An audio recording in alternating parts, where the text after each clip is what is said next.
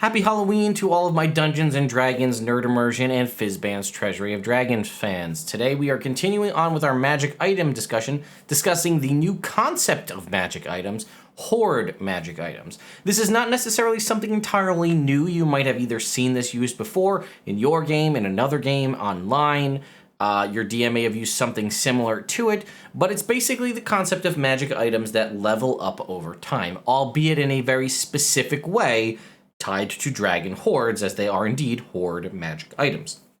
Before we dive into that, there is also, I think, 4 new magic items that are listed, but they also kind of give you rules and a concept of how to use this if you'd like to try to use these and make your own hoard magic items in the future. But anyway, if you like this channel, like this kind of coverage, by the way, I did confirm with my local game store that the 2 copies of the alt art cover of Fizban's Treasury of Dragons are there. I will just go pick those up so I have them physically in hand. Once I do, the giveaway will go live, where I'll be giving away 2 limited edition alternative art covers, a standard edition cover, a Wild Beyond the Witchlight set of dice and miscellany, and a Dungeon Master's Kit DM screen all at the same time. So big giveaway, which also looks like it might possibly end up coinciding with 85K if we happen to have that happen right around the same time.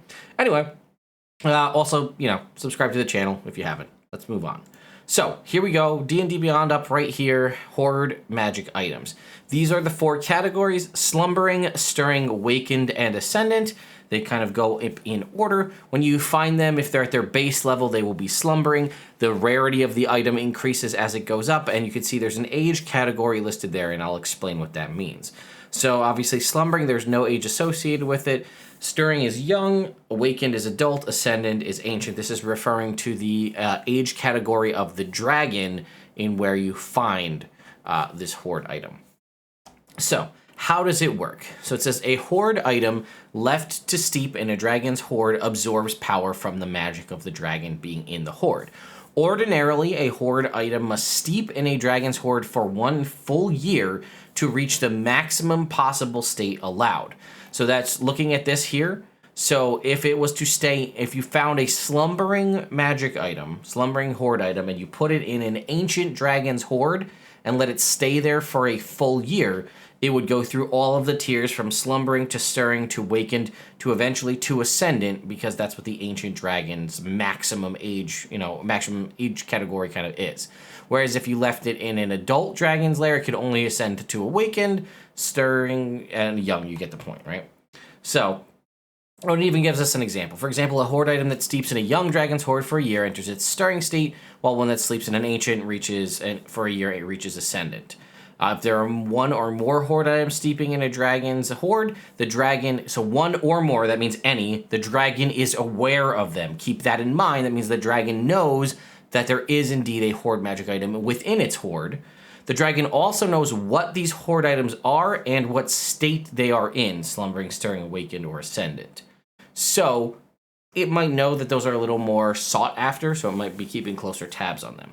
Now, here's the other part. When the dragon is slain, the magic around their hoard becomes volatile. This allows a hoard item to steep more quickly. However, there is a caveat. A hoard item steeped in a dragon's hoard for 8 hours rises one state from slumbering to stirring, stirring to awakened, or awakened to ascendant, as long as the steeping begins within 1 hour of the dragon's death and occurs within the lair. Steeping in this way can't raise the state beyond what's associated with the dragon's age. Putting a awakened item in a slain adult dragon's hoard does not make it ascendant, for example. So the process of getting something to ascend to its maximum capacity, that could be a very interesting plot point. You find a slumbering magic item and you know of a ancient red dragon nearby, and you basically are feeding its hoard by sneaking your item into it to wait a full year to go back and then claim it. That is possibly one option. But then again, if you kill a dragon, you can steep an item in there for 8 hours to get a little bit more of a benefit. And then as far as decreasing power, just as hoard items can grow in power, they can also decrease. If no creature is attuned to a hoard item and the item is in the dragon's hoard, it decreases in power by 1 state every 30 days until it becomes slumbering again. There are a list of quirks here that you can apply to the hoard, 1 through 8, and they can do a variety of different things. Some kind of roleplay based, but some a little more useful, right? Like a swim speed equal to your walk speed, advantage on history checks, and so on. The first one, which we even see here, is basically showing us Icing Death, because this is Drizzt holding the Icing Death scimitar, is a Dragon's Wrath weapon. This can be any weapon, and its rarity starts at uncommon, and it requires attunement. So at its base level, whenever you roll a 20 with this weapon, each creature of your choice within 5 feet takes 5 damage of the type dealt by whatever that Dragon's Breath weapon was. When that ascends to Slumbering, it gets a +1 attack and damage rolls, and on a hit, it deals an extra d6 damage of the damage dealt by the Breath weapon.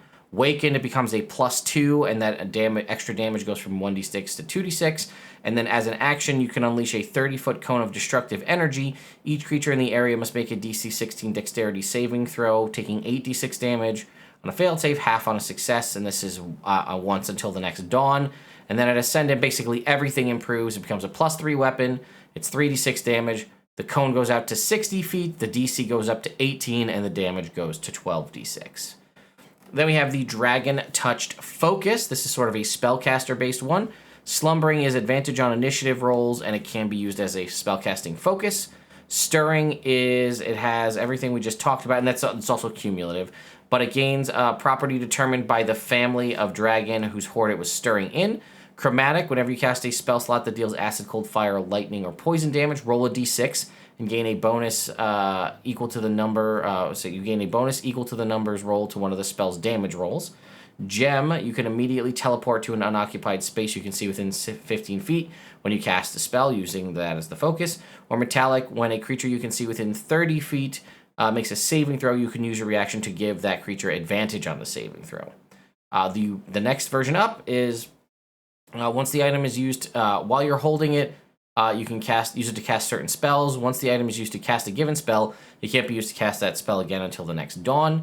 And then here we can see what they are. Chromatic is Hold Monster and Rhyme's Binding Ice. Gem is Rari's Telepathic Bond and Ralathim's Psychic Lance. Metallic is Fizban's Platinum Shield and Legend Lore. And then at the Ascendant version, in addition, when you cast a spell of 1st level or higher while holding this focus, you can treat that spell as if it were cast using a 9th level spell slot. Once this is used, it can't be used until the next dawn. So it can be any spell of 1st level or higher, but as though cast at 9th level, so obviously you will probably make more sense to upcast something significantly to a higher level, but there's options and stuff there as well.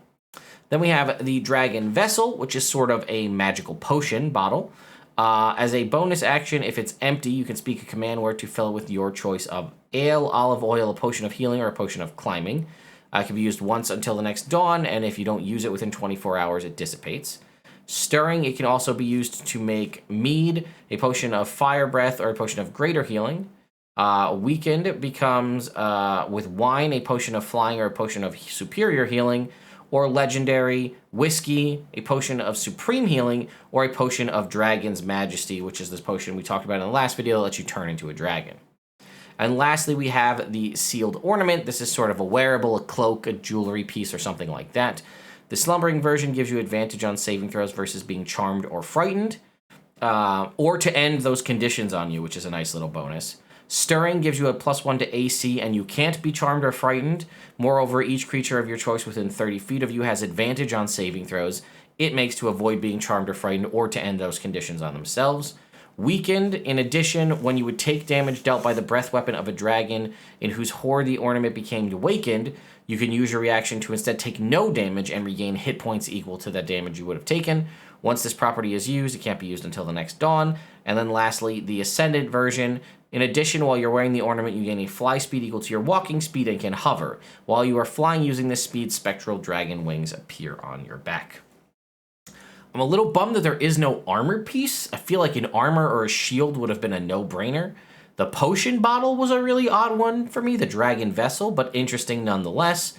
The scaled ornament is a nice little buff kind of benefit there that you can use. It also applies things to your allies, which is nice. The advantage on the saving throws, this I feel like could be really cool to rock on a paladin. Plus, being able to tank through some stuff is also useful.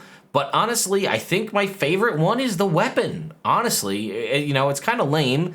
I guess that's not lame. It's a pretty awesome thing, and it can be applied to any weapon, which is nice. So this could be a whip, this could be a blowgun, whatever you want it to be. Also interesting that the art is literally showing Drizzt holding Icing Death when Icing Death doesn't have even half of the properties listed here, like the ability to generate a breath weapon, but I digress. So this is probably my favorite one, but yeah, a shield, like a piece that could either be armor or a shield, seemed like a no-brainer, but I had a lot of high hopes for this. I was hoping for more how to build your own Hoard items. They basically just describe the concept of this. It increases over time. They give you the concept for 8 quirks, and then they show you 4 dragon items, and that's it. Then we move on to Draconic Gifts, which is going to be what the next video is. But I was hoping more for a how to build Hoard items and a little bit more like, you know, I mean, they show us some examples here, so that gives us something to go off of. But I was hoping, again, for some actual parameters or rules. So if I'm a new DM or a veteran DM and I want to try to design my own Hoard magic items and I don't feel comfortable just winging it, I could maybe have like a little guideline that it should maybe start doing this. But this is a complaint we've had for a long time. The Dungeon Master tools we get from Wizards of the Coast don't really give us what I've been saying for a while, like true homebrew rules. They don't really tell us how to do homebrew stuff. I don't know. Let me know your thoughts in the comments down below, and I'll see you all next time.